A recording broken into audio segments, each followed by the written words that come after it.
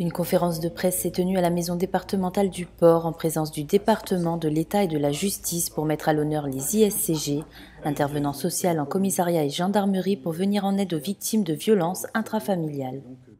Quand la victime de ces violences ose aller vers la police ou la gendarmerie, et il faut bien évidemment oser le faire, eh bien, il y a l'accueil de la personne au niveau judiciaire, pour tout ce qui est des procédures judiciaires, organisées par la police et la gendarmerie, mais ces procédures judiciaires doivent être accompagnées aussi de mesures d'écoute, de dialogue.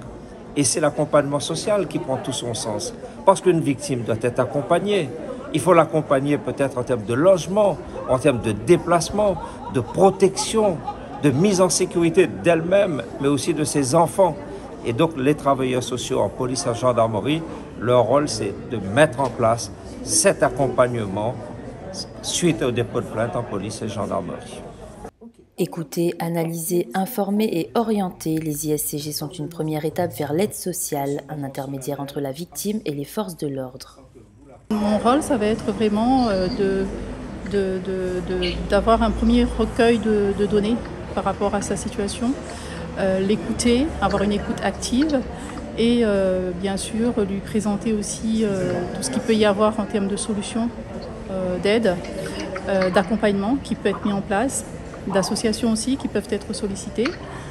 Et l'objectif étant bien sûr d'amener avant tout à une prise de conscience de sa situation. En 2021, 1657 femmes et 407 mineurs victimes de violences intrafamiliales ont pu bénéficier de l'intervention des ISCG.